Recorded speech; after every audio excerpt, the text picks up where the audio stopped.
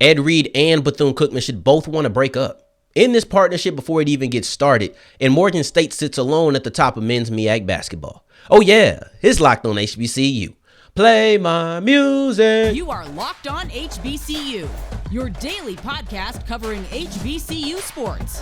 Part of the Locked On Podcast Network, your team every day.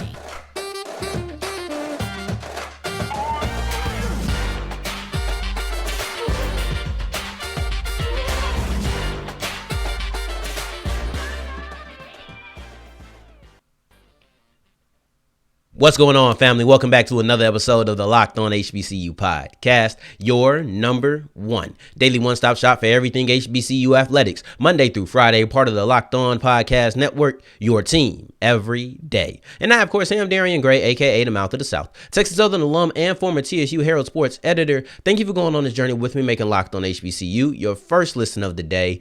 Every day. And remember, just because the mic cuts off does not mean that the journey is over. It just means it's time to follow me on Twitter at South Exclusives, which you can find right here at the bottom of the screen. But maybe you're listening on the audio side. And you know I got love for my audio people too. That's how I listen to my podcast often. So don't forget the S on the end. Starts with an S, ends with an S. South Exclusives. It's just that simple. And this is my last time talking about Ed Reed in this petty Instagram live stuff. If I talk about Reed going forward, it's going to be about him at an introductory press conference. It's going to be about him as a head coach. It's going to be about him as a recruiter. But the thing is, I don't think I should talk about any of those things going forward because I don't think any of those things should happen. I think both Ed Reed and Bethune Cookman should want to break up. Yes, both of these parties should just go ahead and nip this in the bud. The partnership hasn't even officially started because when I hear a coach go on there and say, I should leave, I'm not even under contract, how can I feel like this is going to be a successful partnership? Just reasonably, like that just doesn't make sense to me. This is clearly not going to work in my opinion.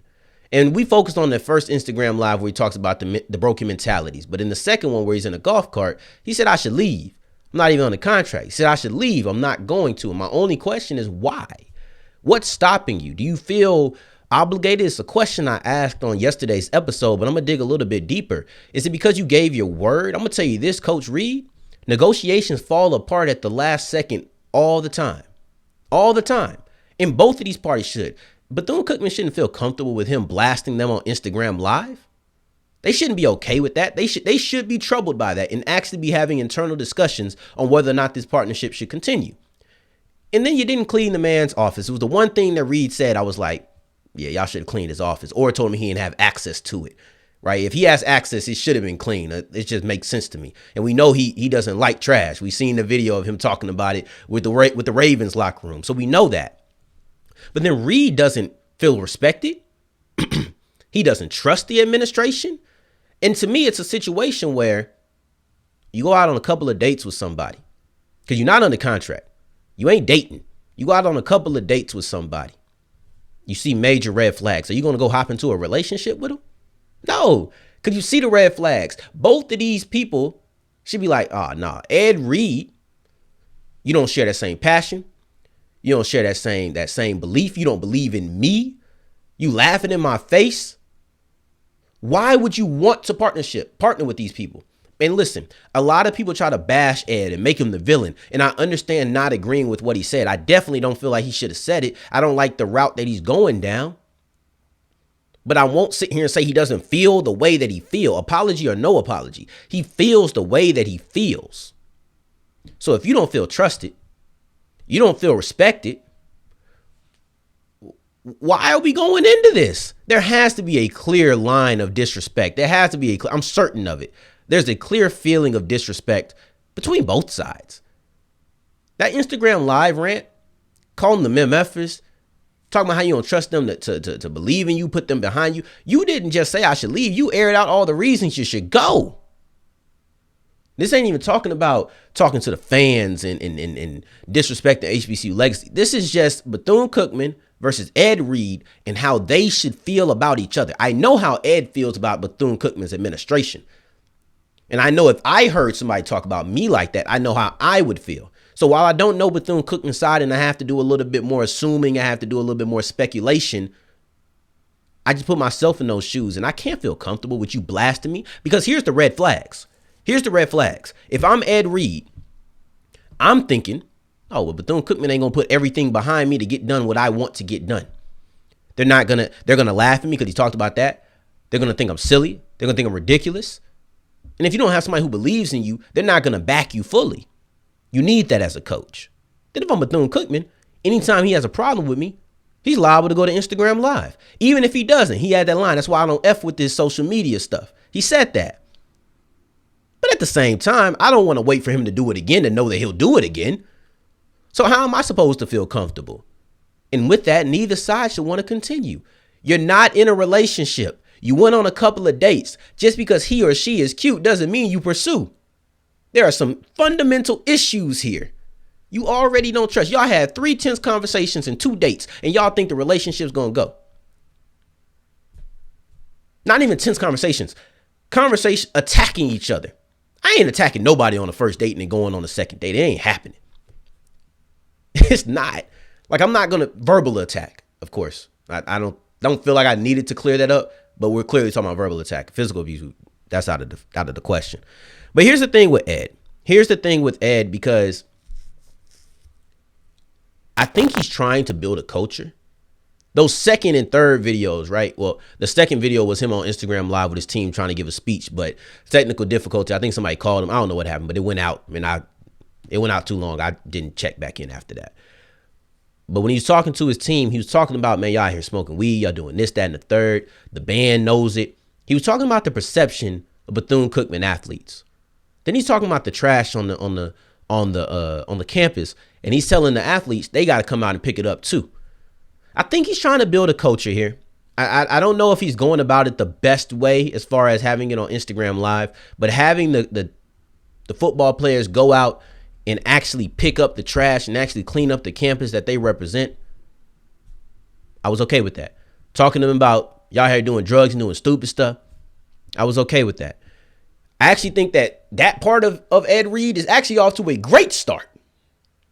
The public image of Ed Reed is off like, But what he's doing internally with that team, I actually think he has a good beat on what that team could need. We've seen this. New coach comes in. He has structure. He's going to rub some people the wrong way. Some people are not going to like it. I can already tell. Ed Reed's going to be a coach that some people don't like. He's not going to be this universally beloved head coach. But if he starts winning, people will rock with it. People will get down with the program.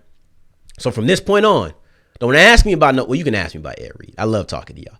But I ain't going to come on here and be talking about Ed Reed. That's not going to happen. If I talk about Ed Reed, it's going to be about the X's and O's. It's going to be about what goes on the field. It's going to be about putting coaches onto the staff. Is going to be about putting players onto the roster. Hopefully he ain't making no more controversial comments. Hopefully he comes into the introductory press conference if they have it. And he just keep it cool. He just says what he wants for the team. But I'm going to tell you right now, and I'll end off with the same way I started. All of the red flags that have been shown from this situation from both sides, it tells me there's a clear feeling of disrespect. Y'all are not committed. Go ahead and break up. It's just that simple. Go your separate ways. Somebody else could give Ed Reed a coaching job, but it should not be Bethune-Cookman. And Ed Reed shouldn't even want this Bethune-Cookman job anymore. That's my take on it. Have a nice day. But we're going to continue forward. Don't have a nice day. Have a nice day, but keep listening to me. But we're going to go forward, and we're going to be talking about Morgan State, because Morgan State is sitting alone at the top of the MEAC, the only undefeated team in MEAC men's basketball. Before we get into that, today's episode is brought to you by Built Bar. Built Bar is the #1 protein bar on the market, bar none. I don't care who you put next to them. They pale in comparison to the absolutely delicious bar that is Built Bar. If we talk about Built Granola, we talk about Built Puff, which is filled with marshmallow, covered in chocolate, but still full of protein. I don't know how it makes sense because I don't make food. It's not logical to me, but I know it's delicious, and I know what the nutrition facts say, and it say it's good for me. I'm rocking with it. Or you got the original Built too. All of these are delicious. All of these are low in fat, low in sugar, but they're high in protein, so they're good for you. You can use them as a protein bar. You can use them as a snack. You can use them just to get some energy. These are the multiple ways, and that's why I call them the Swiss Army knife of protein bars. Enough gas in it. Go to your local Walmart, go to your local Sam's, or go to Built.com and use the promo code LOCK15 if you want to wait and get a little extra off your purchase. And that's exactly what you need to do. Go to Locked or go to Built.com, use the promo code LOCK15, get 15% off your offer, and get your Built Bars ASAP. P. As we continue rolling with today's episode of Locked on HBCU, I appreciate you for making us your first listen of the day every day. For your second listen of the day, make sure you're checking out Locked on College Basketball, which is everything you need about the sport in one place. All the conferences, all the teams. Get ready for the tournament. Even though the tournament is months away, get ready now. There's 68 teams in it. Why not start getting prepared in January? And I want to talk about Morgan State, a team that if we were to end the season right now would be in the tournament. If we're not talking about having a MEAC basketball tournament, we're just talking about ending it now and who's at the top of each conference. Well, you got Morgan State, who is sitting there currently undefeated in conference play. They won their last 3 games in conference play. But that's not where the streak stops. They've actually won their 5 games, the last 5 games in a row. And they've shown just how prolific they are on offense. They can score. That's the one thing you shouldn't doubt. They can score. So let's go ahead and talk about it, because with Norfolk State's loss to Howard, as controversial as it is, it's still a loss for Norfolk State. Morgan State is now the only undefeated team. So they're now sitting there by themselves. They were tied with Norfolk, but now they're sitting there by themselves. Let's look at this winning streak, because in this winning streak, the least amount of points that they've scored is 61. And if the least amount of points you scored is 61, you're probably doing pretty good in that win streak. Because right after 61, the lowest number is 78. The highest number is 90 even. And in between those, you just want to, I guess we might as well say them all. You had two games where you scored in the 80s.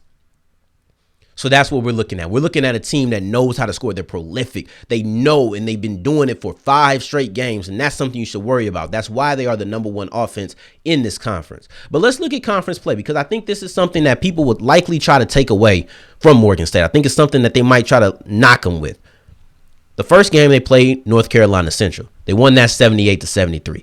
North Carolina Central is 2-1 in the conference. That's a solid win. I don't think people are really going to knock them for beating North Carolina Central. Not right now. And once again, strength of schedule becomes irrelevant as we get later into the season. Teams are teams at that point. It just is what it is, right? Teams are team, and they faced almost everybody at that point. Strength of schedule it becomes a moot point. But right now, we're 3 conference games in, and people will still talk about your strength of schedule. This isn't like the NFL where, oh, well, you're not playing nobody. No, you're going to play everybody in the conference, and that's who you're comparing yourself against, right?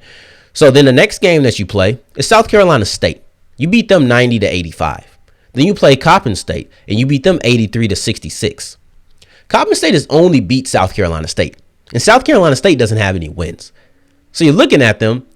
Of all 3 opponents, you only got 3 wins total. That's something that I think some people might question, and I understand it. They're kind of in a similar situation as Jacksonville. Southern was. I'm just got my mind on the Jaguars. I'm talking about the NFL. But Southern, they're kind of in a very similar situation that Southern was in, where some people might try to question Southern's strength of schedule. But then Southern had to play Grambling, and that was the game that shut everybody up. They go in there and they win. I think that Morgan State, the difference between them and Southern is that they haven't dominated. Like they beat Coppin State by 17, but they only beat South Carolina State by 5. That North Carolina Central game was only won by 5, even though I think that's a solid win no matter what. They haven't had these 2 dominating out of 4 games like Southern did. They've had 1 out of 3 in which they seemed dominant as far as the score goes. That's the one thing that I think is the difference. But another similarity is they both have games coming up where they can shut people up. Knocking off Howard should be a game that shuts people up, because Howard just beat Norfolk State. And I know a lot of people say, oh, well, they shouldn't have won that game. The game was controversial. I don't know if a lot of people say it, but Norfolk State will say it. So they were still toe-to-toe with the team that I think is the best team in the conference.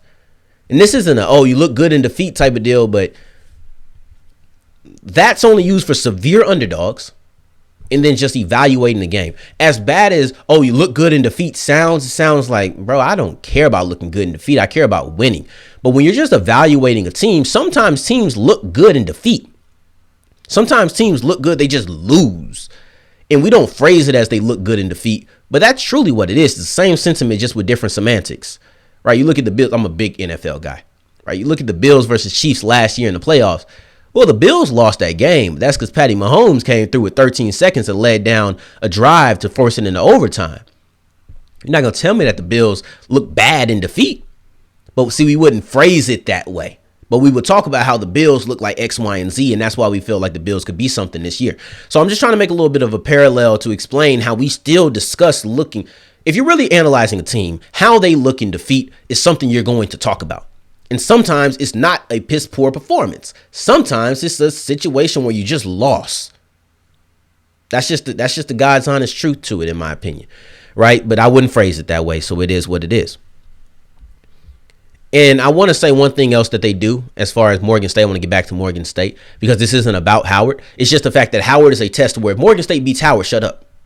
I'm not saying they're better than Norfolk State, but I'm also not going to hear the strength of schedule comments. I just don't want to hear that anymore because you knocked off a team who I do believe is quality. You knocked off a team in North Carolina Central who I do believe gets recognition for being quality. These are games. One, the North Carolina Central game is something I highlighted when it first happened, or before it happened, I should say. And then this Howard game is another game against somebody who just beat Norfolk State. These are quality wins. I don't want to hear about strength of schedule at that point. But then also defensively, you sit there and they get a lot of blocks. They get a lot of steals. They get a lot of things to change momentum. They get a lot of things to just take away points. So while they're not the top defense as far as rankings, they are number one in blocks. They are number one in steals. These are things that are going to help your defense. I don't care about the points. They get a lot of points off turnovers too. I don't care about the points allowed. They get a lot of points off turnovers. So that's a big help to their offense. So that's something that you got to always look at. We look at the rankings, but that's not everything. That's not the end all be all when it comes to Morgan State, right? So going forward, we're going to switch gears and we're going to switch over to the SWAC. And we're going to talk about how Texas Southern and FAMU, both men and women for FAMU, got their first victory of the day or first victory of the year in SWAC play. And we wrap up today's episode of Locked On HBCU looking at Texas Southern and FAMU's victories because it was their first win in conference play this season. And just like that, there are no more winless teams in the SWAC men's basketball division. And FAMU and Texas Southern, yeah, they won, but they ain't win without their fair share of the dramatics. This was in real dramatic fashion that both of them won. Came down to the absolute wire. I'm going to talk about FAMU last because FAMU's women basketball team also got their first win of the season, so we're going to keep the Rattlers together. But when we look at Texas Southern, they welcomed in Jackson State to H&P Arena in the last part of Jackson State's trip to the Lone Star State. Well, they lost to PV, they lost to Texas Southern, they left the Lone Star State without a lone victory because TSU, they've been a part of so many close losses. You look at almost all of their games except the Grambling one. I think we're under 5 points is how much they lost by. These were very close games. And they won this one on a last-second layup. It couldn't help but make me think back to the Southern game, which was number one. But I was happy because this time it was Texas Southern smashing the other team's hopes to smithereens. That's what made me happy is finally we didn't have to lead the game with our head down. We didn't have to lead the game feeling like, oh, man, we left the game feeling victorious. And it was happy. It was a happy scene for me. I ain't gonna lie to you. Y'all know me. I ain't never gonna hide my bias. I'm gonna keep it real, but I ain't gonna hide my bias. So they had to fight back to get here. They had to fight back to get to that last second layup. They had a big deficit that they had to close in the second half. It was, in that way, it was kind of like the UAPB game or it wasn't Mississippi Valley. I think it was UAPB where you closed the gap. It was UAPB. Where you close a gap in the second half and you get it close. And then from there it was back and forth. It was a game of runs where Jackson State would have a run, then Texas Southern would have a run. But then Texas Southern had the last run, and it was a beautiful play to win the game on a last second layup. I mean, I think it was a buzzer beater. I don't even think there was any time left on the clock. But you would drive into the hole, and then you catch, or Farouk was driving to the hole. He sees Chris Craig out of his peripheral, I'm assuming, and he dishes it off to him. The paint is clogged up, but everybody's rushing to the man who's driving. You dish it off, and it's an easy layup to win the game. And oh, man, I was happy. Dramatic fashion, but I was happy. Then you look at FAMU. FAMU is a team where this game should not have came down to the wire the way it was. They led the whole game. At no point did they trail. They tied 3-3 at one point, but at no point did they trail in this game. But they didn't control the game all the way through. One thing I will give them credit for is that they never lost so much control to where they couldn't rein it back in. So they had a huge first half. That led to them being up, I think, like 17 in the second. At some point, I think they were up 17. But they were able to continue to eat it away. Right? So you seen Mississippi Valley eat it away. And they got real close. But then FAMU was able to extend that lead again. That lead they built up in the first half is the reason they were able to win this game, because they outscored almost just as much in the second half as they outscored Mississippi Valley in the first half. But they were able to keep that lead. So it was a strong first half and a resilient second half. That's how I would describe it. A strong first half, resilient second half, where even when Mississippi Valley was able to eat away at the lead, they kept building it back up. And the second time they ate away at the lead, it came down to the end, and you had 2 free throws that made it a 1-point game at the end of the game. But it was too little, too late. That's how FAMU was able to win. Strong first half gave them enough of a lead to where they just had to just make it by. And they did, and that's how they got their first half. You wouldn't have felt like the game should have came down to the wire, but it did. And you look at Mississippi Valley State versus FAMU on the women's side, FAMU just controlled this game. They won this game by double digits. It was the one game that wasn't dramatic, but they dominated them in the paint, outscored them by a large margin in points in the paint. And I'm kind of confused by how much FAMU is struggling this year. They still have Dylan Horton on the team, and she's actually averaging better numbers than she did last year. But maybe it's a lot of new players, because it's a lot of players who did not roll over, and maybe that is just not meshing. But when you have a star like Dylan Horton, who's doing exactly what she did last year, I am kind of surprised that we haven't seen a little bit more success from the Lady Rattlers. But here, who knows, first of many for maybe all of these teams. I'm hoping that the first team I discussed goes on a little bit of a streak when it comes to TSU Tigers, but maybe FAMU goes on a streak as well, women's basketball and men's basketball. We'll see. But now we have 3 less teams who are winless, and we only need one more. Mississippi Valley women's basketball. Somebody's had to go in this game. But Mississippi Valley State women's basketball, we'll see when they get a win, and that'll be our last winless team in the SWAC to go ahead for men's or women's basketball. But I appreciate you for making us your first listen of the day every day. For your second listen, check out Locked On College Basketball, which is everything you need around this sport in one place. It's easy, one-stop shop. Go check them out wherever you listen to your podcast, including this app. Matter of fact, I'm about to wrap up, so go ahead and type it in. By the time you finish typing, I should be almost done talking. But on tomorrow's episode, we're going to be talking about the new recruiting imaging when it comes to SWAC or HBCU recruiting, the cars. I ain't gonna lie to y'all, I like it. I want to know how you feel about it, though. We'll talk about it on tomorrow's episode. In the meantime, in between time, if you're looking for me, you can find me on Twitter at South Exclusives. Until the next time that we hear each other, family, take care, stay blessed. Peace.